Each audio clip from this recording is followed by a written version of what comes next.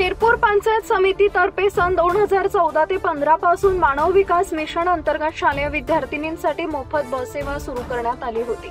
सदरील बसच्या मार्गात होणाऱ्या पाणी, धारबडी, जुनी सांगवी, लालकिराड या गावांचा मार्ग निश्चित करण्यात आला होता, परंतु काही तांत्रिक अडचणींमुळे सदर गावांना बस जात नव्हती।